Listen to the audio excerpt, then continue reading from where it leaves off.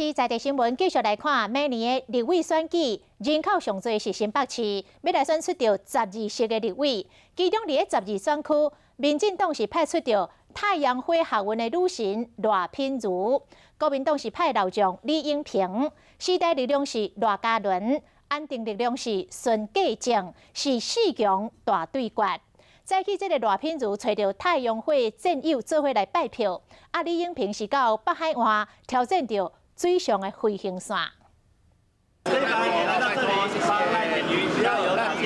赖品如来到实际火车站拜票，人气真旺，也有当年太阳花学运的战友做伙陪同。民进党副秘书长林辉环唔敢抢走赖品如的风采。品如这次决定投入这个选区，其实是一个做了一个非常困难的决定，就是这是一个不容易的选区。那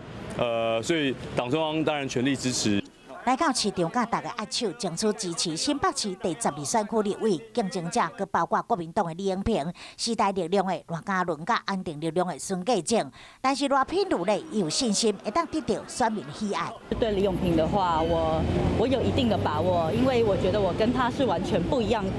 类型的政治人物，他是传统的蓝营政治精英，而我是一个非典型的政治素人。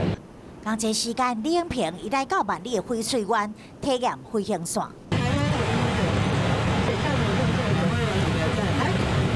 也找来港岛无共选区洪明凯提出北海岸联合观光政见，必须要非常勤奋的上山下海，一步一脚印的走。那我自己呢，相当有政治经验。新北市共款战况激烈，也有第一选区，民进党籍立委卢顺玲并连任，面对国民党参选人洪明凯、时代力量参选人张伟航、无党籍参选人陈椒红的挑战，就看谁会当抢到关键的一席。